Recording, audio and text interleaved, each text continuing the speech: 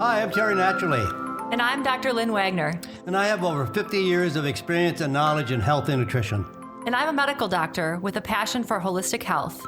We come together to offer you unique viewpoints and expertise as health advocates around topics that deal with today's health concerns. And always for your good health. So let's get into today's topic.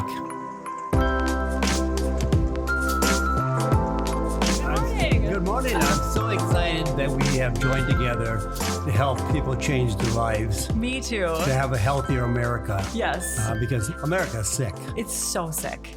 But I'm so excited because you're also a medical doctor. Yes. Which absolutely blows my mind because I have found someone who is a medical doctor but has also included alternative medicines. You have. Yes.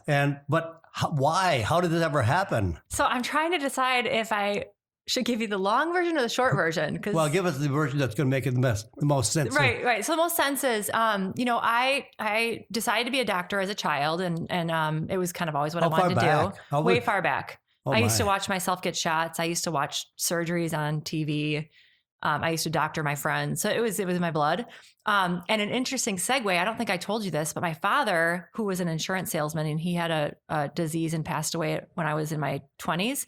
He used to love going to, was it called Bay Natural Foods? Bay Natural Foods. So when I was a kid, he would go there and bring home all these weird concoctions that were all these natural things, which was not part of my fabric at all, and my mom's. And we'd be like, oh, Dad's just doing his weird stuff again. But he was very natural in a way that was way before his time. So you're not treating your friends with natural supplements? No. But he always brought it home. And so it was kind of like my first introduction to that, because it was always kind of part of our lives, and he would try natural foods. But he grew up as a farm boy, different lifestyles. So he was just dabbling in it, but at least I saw that. Right. And so then fast forward, I went to high school, went to college. And then one of the reasons why I finally dove into the medical career is because as he was going through his medical illness, he had this disease called Shy-Drager syndrome, which was a progressive neurologic disease, kind of like ALS. So he, like, over 10 years of time, lost his ability to talk,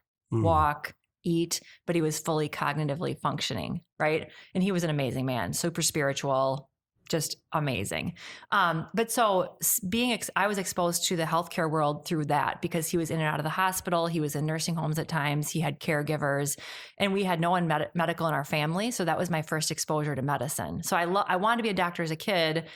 Didn't think about it a whole lot in high school and college. I was more of a creative type. And then that kind of brought it back home for me. And then I just, decided to go to medical school, signed up for the prereqs, took the MCAT, and everything just fell into place, which I think is what happens when you're doing what you're supposed to do. And so I went to medical school. And I tried out all these different specialties, because you go through these rotations. I did OBGYN, I did surgery, I did general medicine. And when I finally got into my emergency medicine rotation, that fit for me, because I'm someone that needs to be constantly challenged. And so you can never learn enough for emergency medicine, because you're basically treating every single system in the body. So there's always stuff to learn about. It's fast paced, it's dynamic. For me, it kind of felt like being a waitress, and I waitressed all through high school and college. And so for me, it was like, oh, I can do this. I can be a people pleaser. I can talk to people. I can run around and take care of people just like I'm a waitress, but I'm using my, being a doctor at the same time. So I went into emergency medicine, and I did my training at UC Irvine in California, which was really exciting, because you had the gang trauma, and you had car accidents, and you had, the Latino population. So I was exposed to cultural diversity, Vietnamese population, which was awesome. So it was just really mind-opening for someone who'd always been in the Midwest. And then we moved back to Wisconsin to start raising a family. And I was, kind of settled into my emergency medicine career in Green Bay, was doing well. And I'm someone who likes to stay really busy, and I'm a leader. And so I quickly got involved as, leading up the department, or being an assistant leader in the department. I was going to be chief of staff of the hospital. So I was just getting like full on into this whole medical career. And I was very traditional. People would talk about chiropractic treatments, and I would roll my eyes. People would talk about supplements and herbs and the natural stuff. And I was just kind of like, oh, whatever, just didn't even consider it. Didn't fit the program. No. And then I personally, as another backstory in this whole situation, I suffered from depression and insomnia. And so when my now 17-year-old was born and we had just moved to California for me to start my residency, I developed some pretty debilitating postpartum depression and almost dropped out of training. And my program director at the time was like, oh, no, you're not dropping out. Here's my psychiatrist friend. The psychiatrist friend was like, here's some drugs. And it got me through residency. So I took antidepressants throughout residency to make it through. And then I just thought, oh, I must have this disease. I have depression. I have a chemical imbalance in my brain. And so I stayed on antidepressants after residency, came back to Green Bay. And then over time, I was introduced to some different types of people. So I started doing Pilates. I started doing some yoga.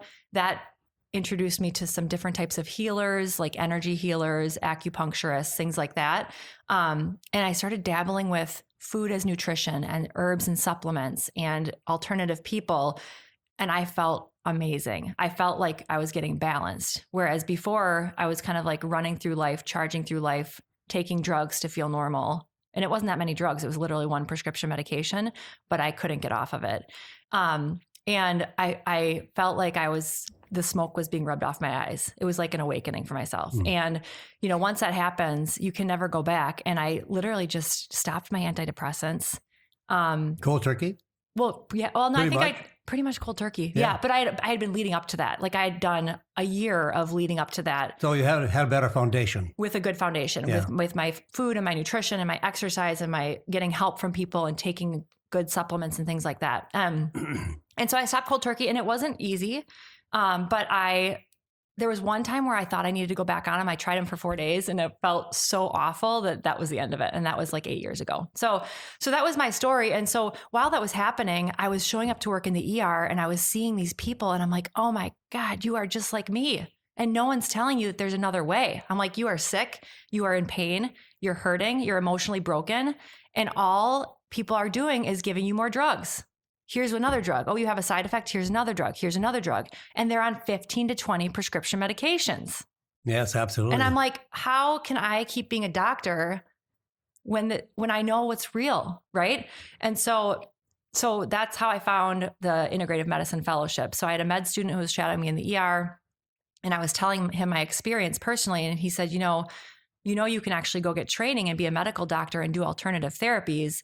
And he told me about this fellowship in Arizona under Andrew Weil. And it was another synchronous thing where the Baycare Clinic at the time gave me a scholarship to do the fellowship. They paid for it. I could do it while I was still working, so I could still make an income. And it just all fell into place. And then that led me to open up my current private practice. Oh, that's fantastic. So that's the story. Great story. So I love the story. Yeah, absolutely. I mean, you've seen the results yourself. Yes. You weren't just trying to take it to someplace else. Because because people are telling you or asking you, but because you had the experience yourself, you knew it was right. Exactly. And I think that just gives you that power and that passion to keep doing it. And then I keep seeing the rewards in my individual patients. And that's just amazing. I get phone calls sometimes from people who I haven't seen for over a year, or I'll see them out in the community and they'll be like, oh, just so you know, I just met my 50-pound weight loss goal, or my family is doing this because of you. Or, it's just really, really rewarding. I have to say it's also really, really challenging because I'm still constantly up against the reality of life in America and our healthcare system as it stands right now, and all the challenges and pushback you get. I always say that you and I both make money. That's the only way we can do what we need to do. Right. We have to make some kind of a profit. Exactly. But it doesn't give me goosebumps. But when somebody tells me that you changed my life, or I'm so happy that my family listened and we changed what we're eating at home, we're exercising more, we're doing something beneficial to our health, that gives me goosebumps. Yes. I mean, that makes me feel really, really good. Yeah. And that propels you. I mean, you get a message like that or a comment, and then it propels you for days, weeks, as long as you need. And then you keep working and you keep plugging through, and then you get another one. So it's really, really nice. Yeah. Rewards. It's very rewarding. Absolutely. Yeah. So that's kind of my backstory. And now, I think we talked about this in our first episode, is how I reached out to you because I basically sometimes I feel like a solo ship in the night, where you're in the community and there's a healthcare system, which I would call a sick care system more than a healthcare system. And it's hard to find a community. It's hard to find mentors. And I looked at you and I looked at your business philosophy and what you've done for the community. And I thought, that's someone I want to meet. Well, thank you very much. And so I'm, thrilled to have these discussions with you and pick each other's brains and keep helping the community as much as we can. But I think we are really better together because you have the medical background, you've had the experience, and now you're using that experience to help other people. I have no background. I have no degrees, nothing.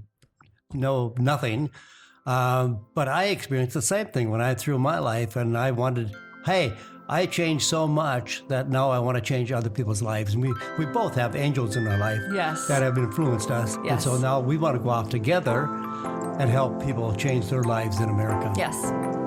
Excellent. Can't wait.